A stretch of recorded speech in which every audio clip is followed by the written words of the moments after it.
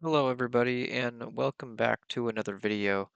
Today we're going to be doing a case study on the infamous outbreak of May 8th, 2024, and the unfiltered reports are down here on the bottom left, and there were 74 unfiltered tornado reports, over 400 wind reports, and nearly 400 hail reports, spanning nearly a total of 1,000 reports across the board. On screen, you can see the large swath that was taken up by this event, showcasing just the great, immense power it had across the Ohio Valley and extending into the southeast and mid-Atlantic. Storms tended to be very discreet initially across Missouri, promoting a few tornadoes and sporadic very large hail reports over a large swath in southern Missouri. Then continued to stay pretty discreet, growing upscale into small bowing segments, promoting numerous tornadoes to occur and a lot of damaging winds, especially down here into southern Tennessee and northern Alabama, where a few EF3 tornadoes occurred. This event was very well forecasted by the SPC. Showcased on screen here is the initial day 5 severe weather outlook, highlighting a lot of the same areas that were affected on May 8th, 2024. The day 3 outlook, they upgraded to a level 3 out of 5 enhanced risk, still spanning much of that same day 5 region, not quite getting down into that southern Tennessee and northern Alabama region quite yet. The day 1 6Z outlook, they upgraded to a level 4 out of 5 moderate risk, citing increasing confidence for very large hail and strong damaging winds in this corridor. The threat also included strong tornadoes across a large region, a 10% hatched in the yellow stippled region here, a 45% hatched region for strong to intense damaging winds, and large to very large hail co-located in that moderate risk region. Come the 1Z outlook, that tornado threat actually increased to a 15% hatched area in this red stippled region here, citing increasing confidence for strong to violent tornadoes across southern Tennessee into northern Alabama. So overall, a pretty intense outbreak of severe weather was forecasted. So we're going to go into the details of what exactly happened on this day, meteorologically speaking, going in depth on all of the synoptic and mesoscale features that contributed to this severe weather event. Before we jump in, I know we already looked at the reports, but let's just look at some of the tornado tracks that were associated with the strong to violent tornadoes down into southern Tennessee and northern Alabama.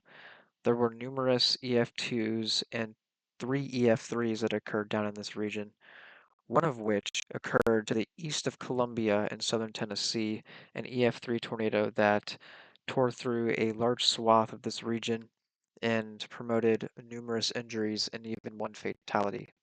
Down to the south in northern Alabama, there was another EF3, a shorter track EF3 that dropped down just to the southeast of Rogersville here and crossed the river up here through northern Alabama.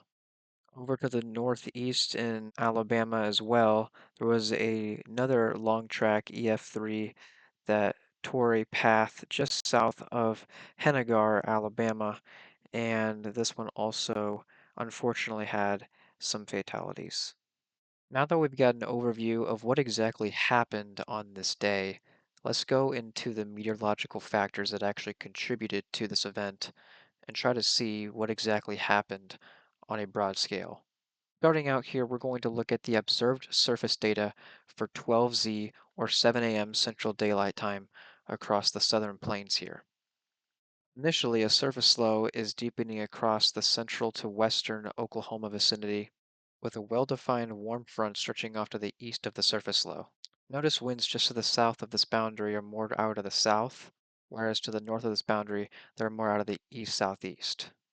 There is also a well-defined temperature and moisture gradient, whereas dew points to the north of this boundary are in the 50s and 40s. Temperatures are also in the 40s and 50s. And just to the south of this boundary, temperatures are in the 70s and dew points are in the upper 60s to low 70s.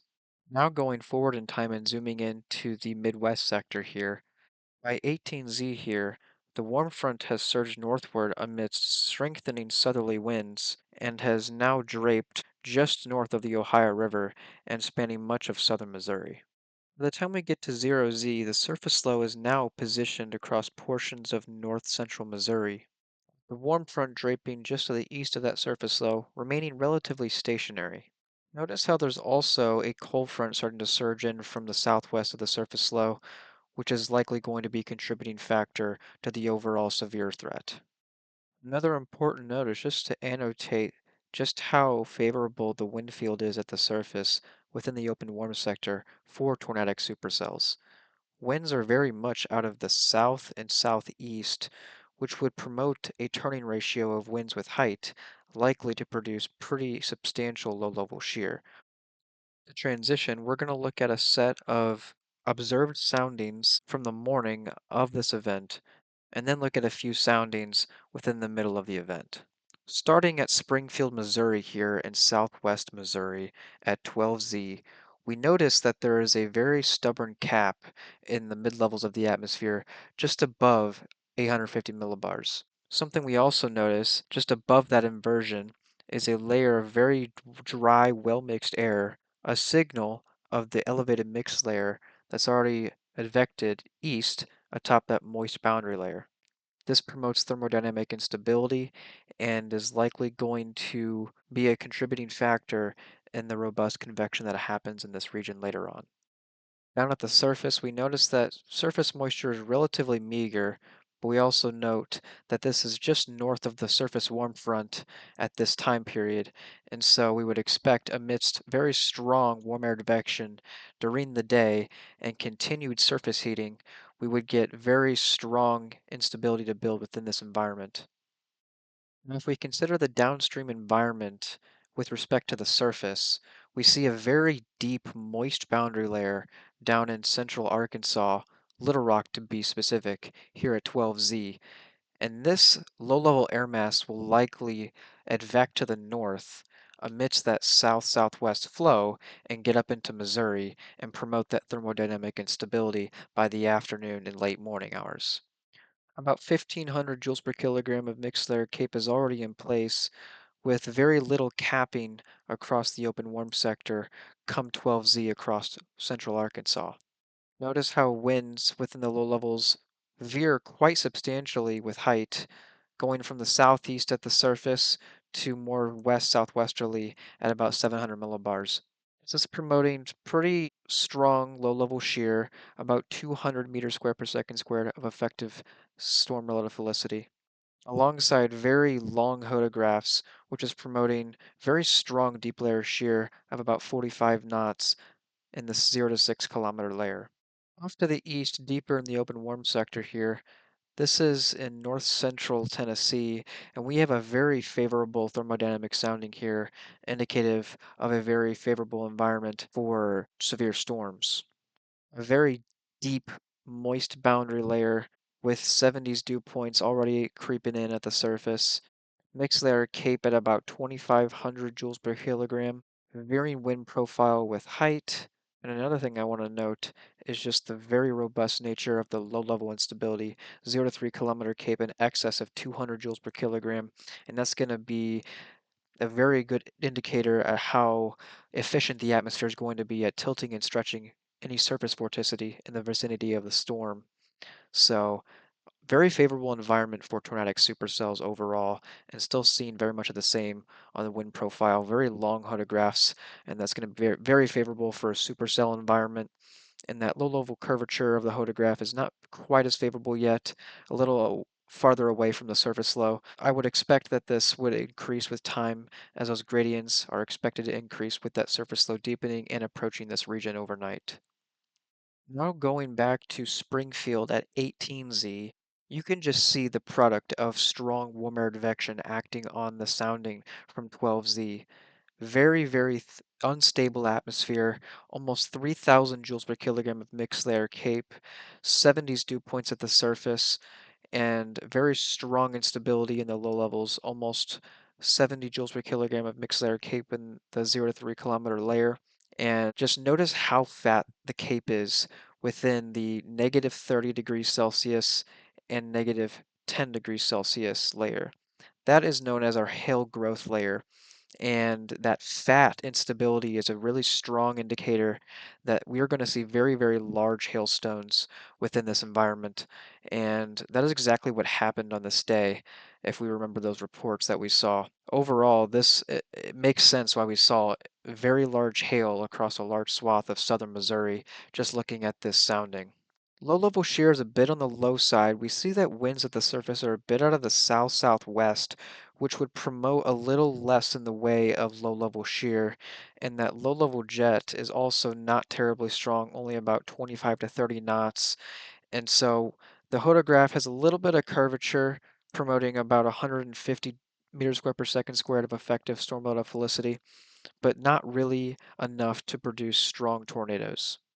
Off to the east, however, we see on that wind profile that we are very much out of the southeast at the surface, and so the turning ratio with height of those winds is going to be a lot more extreme. We also notice that the low-level jet is about 30 knots in this region as well, but due to that southeasterly nature of the surface winds, we're getting a lot greater curvature of the low-level hodograph, and that's promoting almost 300 meters squared per second squared of effective storm felicity here in northern Tennessee come 18Z. The thermodynamic environment is very much the same as it was at 12Z, and also a little less unstable compared to Missouri. So the hail threat would be less substantial in this region, but the instability is still good enough for much of a tornado threat. So that's going to do it for the overall observed conditions that we saw on this day. Now we're going to look at the mesoscale analysis archive to give us a good idea of how all of these parameters evolved over a shorter time frame, and also look at some upper air data to support the forcing regimes across the region. In the early morning hours of May 8th, we see at 300 millibars there is a very large trough across the west side of the United States with a belt of very strong west-southwesterly flow across much of the central United States. Something I want you to notice is that this is not your textbook negatively tilted, super sharp curvature trough that you see in those textbook severe weather outbreaks. This is more of a subtle forcing regime with very broad southwesterly flow, which is actually a very favorable setup conceptually for strong tornadoes. Going through the early morning and going into the afternoon hours, we notice that there's actually a plume of diffluence that overspreads much of southern Missouri here. We notice winds over northern Missouri are very much out of the southwest, whereas over northern Arkansas they are very much out of the west, promoting a corridor of more enhanced rising motion in southern Missouri. This is likely the start of some storms that will initiate off that warm front stretching through the region and continuing to expand eastward with time and overspreading much of the Ohio River Valley and down into the southeast. Notice again that the main trough is situated still over the western United States, and that much of this forcing regime is supported by subtle shortwaves embedded within this southwesterly flow that are acting as little engines to get storms to initiate within the open warm sector. Down at 500 millibars, we're going to be able to get a better idea of those little short waves, and going down in height, we'll get an even better picture. But here at 12 to 13Z here, we see a subtle shortwave that is impinging western Missouri here, the subtle kinking in those height contours. And this is going to act as a little engine to support a semblance of convective initiation, albeit definitely very discrete convection.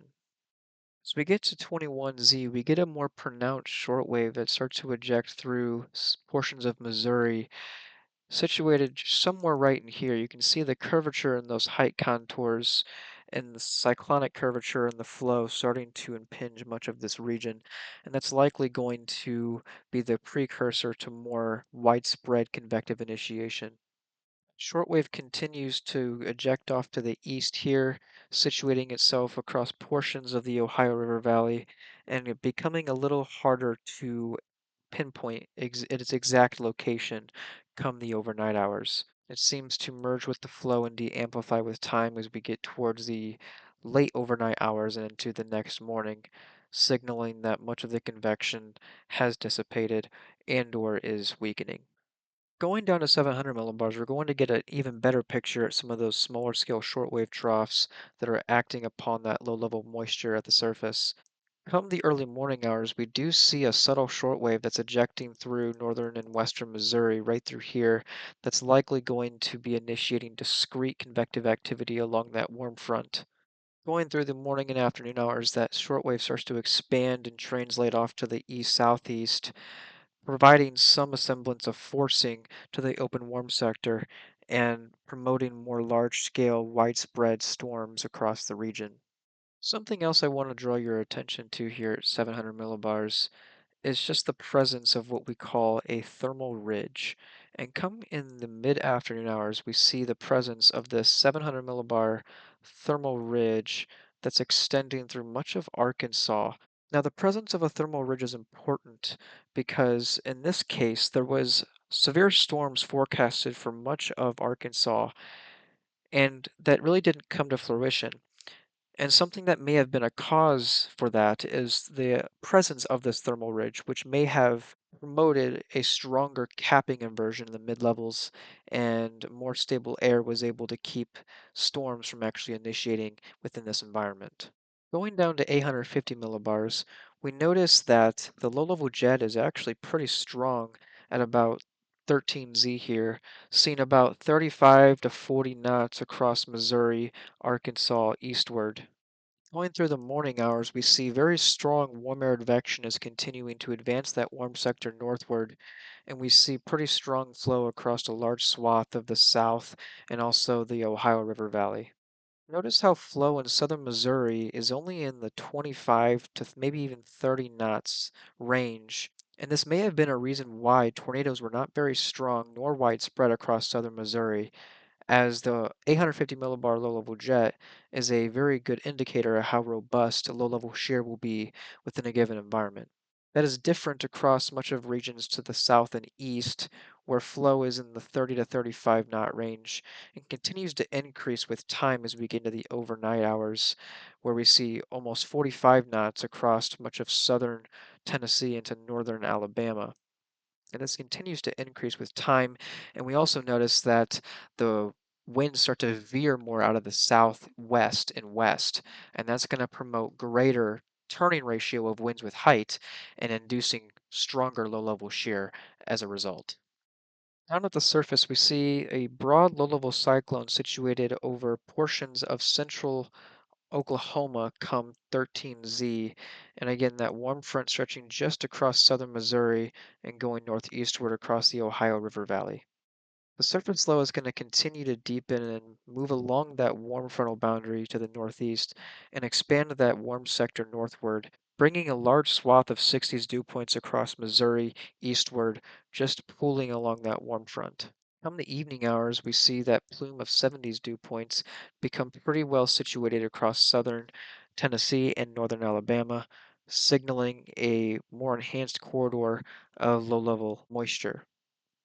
We notice by this time as well is that there is a stout thermal gradient at the surface covering much of southern Tennessee and northern Alabama, and also stretching northwestward into southeastern Missouri, kind of within that corridor of most enhanced severe activity, showing the reason why all the storms tracked within this region and were most enhanced. It's because the warm air advection was strongest, and this was where the mesoscale lifting mechanisms were most robust. Next layer cape come the early morning hours was already in a plentiful amount across the southern plains, and it continued to surge northward amidst strong southerly winds at the surface, and by 17 to 18Z we have an uncapped, moisture-laden, buoyant atmosphere in southern Missouri, with that frontal boundary just intersecting that region, and likely going to see robust convective activity start to blossom within that region just initially. Continuing through, we see that plume of 3 to 4,000 joules per kilogram of mixed layer cape expand eastward and become much of a presence across southern Tennessee, northern Alabama, and much of southern Missouri. Going through the overnight hours, that instability axis becomes pinched off with southeastern extent and becomes more of a presence across that corridor from southern Tennessee into northern Alabama, sort of explaining why that corridor was most enhanced in the long term. Now looking at the effective storm relative felicity across this time period, we notice that the wind shear in the low levels is quite strong, not particularly robust for strong tornadoes, but definitely capable of some tornadic activity across southern Missouri, seeing about 200 meters squared per second squared of effective storm relative felicity come 18Z, and then expanding and becoming a little more enhanced come 21Z, seeing a pocket of 300 meters squared per second squared of effective storm relative felicity across southeast Missouri into southern Illinois. With time, that plume starts to shift off to the southeast, becoming a lot more pronounced into Tennessee, and we see about 400 meters squared per second squared of effective storm relative felicity, and that expands southward into much of northern Alabama. So now that we have looked at all of the synoptic features and all of the mesoscale features that contributed to the severe weather event, let's look at some of the radar data and see the individual storms that produced some of the most significant hazards. First, to look at the evolution of everything, we got the initial convective activity to remain discrete due to that subtle shortwave that we annotated that ejected through western Missouri. And we have this very dominant supercell that started to take on some very structured and organized characteristics come the early morning hours. This is 15Z, and it's strolling just south of Columbia and Jefferson City. Me and my buddies actually started to storm chase this storm off to the east. We were riding I-70 just to the east here, coming from Columbia, and we situated ourselves just along Highway 55 here to get in position for the storm, as we were expecting it to go tornadic pretty soon. And I'll have some photos of just some of the structure of these storms that do come through this area. Going through time, the storm starts to really become more of a tornadic supercell very quickly as we get into about the 1530 time frame. We see this zone of auxiliary cells starting to develop to the southwestern flank of this supercell we're looking at right in here. Our target storm is going to continue to surge off to the east. And as these cells to the southwest of this supercell start to surge northeastward, they're going to become enveloped within its rear flank and nudge its rear flank downdraft and produce tornadogenesis. We can see at about 16Z here, we have a well-defined hook echo shape, and those auxiliary cells starting to still impinge that rear flank downdraft and promoting that tightening of the vortex. A few minutes go by and we have a very well-defined velocity couplet off to the right here. You can see those reds and greens in that couplet formation and also in very high velocities. So a sign of a tornadic signature and a tornado on the ground. The supercell continues to propagate to the east, showing some tornadic characteristics, but can't really seem to get its act together for a while as it shifts off towards the Mississippi River. From about 1725Z, we see a bunch of auxiliary cells starting to pop up once again to the southwest flank of this supercell that's targeted right in here. And those are going to start to be absorbed within the rear flank downdraft of the supercell once again and tighten up the vortex to produce tornadogenesis. Moving through the frames here, we can see that the hook echo appendage starts to become a lot more pronounced as those cells in the southwest flank start to become absorbed, and we see that tornadogenesis is commenced right in this region. And we can see that this is just to the southwest of Festus, Missouri. Did not stop there as this supercell continued to wrap up itself and cycle.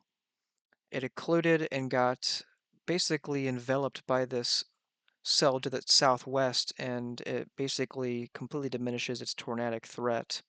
However, the cells to the south start to become more tornadic with time, becoming the more dominant supercells. But here's some of the structure that we got just to the southeast of the storm, looking straight in at the wall cloud and shelf cloud.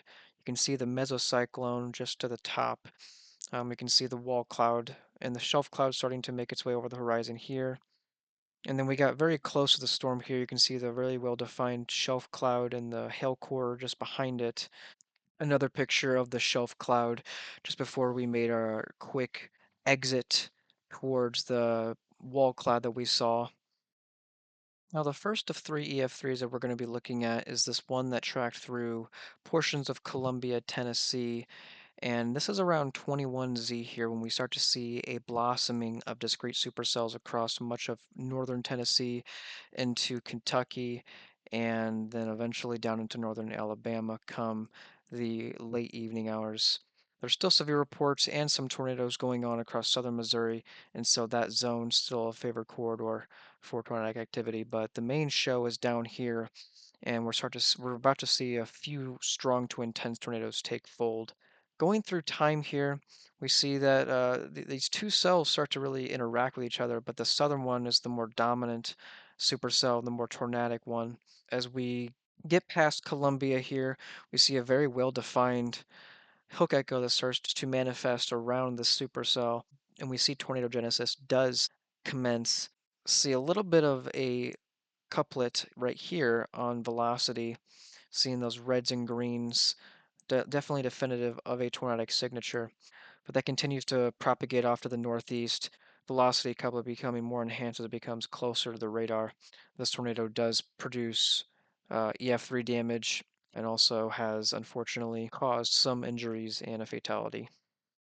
Now for the second EF3, this is across northwestern Alabama, and this one is just southeast of Rogersville. Rogersville is right in here. And so just notice again that the radar is a bit far away from these cells, so it's not going to be very definitive, but just pay attention to these cells that are starting to erupt in this vicinity right in here. Going through time, I want you to pay attention to this storm in particular and notice that it becomes severe and tornado warned extremely quickly. This is about 1Z now, and we see a PDS tornado warning has been issued, and it's not very definitive on radar, but this is the cell that does track through Rogersville and produces EF3 damage over a bit of a short swath and also and much shorter length than the one up to the north in Tennessee. Again, we see numerous tornado warnings are ongoing, so this is not the only tornado that has been affecting this region, just one of the more major ones that produce the more intense damage. Now for our last EF3 that went just south of Pisgah, if I'm saying that correctly, and northwest of Hammondville in Alabama. We have this discrete supercell that's propagating off to the east, and we can see a very well-defined hook echo and velocity couplet develop just southwest of Pisgah, again, if I'm pronouncing that correctly, and that continues off to the southeast and produces EF3 damage. And you can see a very defined hook echo and also velocity couplet, a strong signature of a tornadic supercell and a tornado on the ground producing very strong damage. Another thing I want to point out is just the semblance of this CC drop or correlation coefficient drop, and that's just showing us debris being lofted in the air by this tornado. And so this one was definitely a deadly one. So that's going to do it for this video. Again, we did a case study on May 8th, 2024, and this was a very prolific event and definitely not the worst of all the events in 2024, but definitely one of the more prolific ones that I chased. So if you have any questions or comments or concerns, just let me know down below and I'll talk to you guys in the next video. Peace.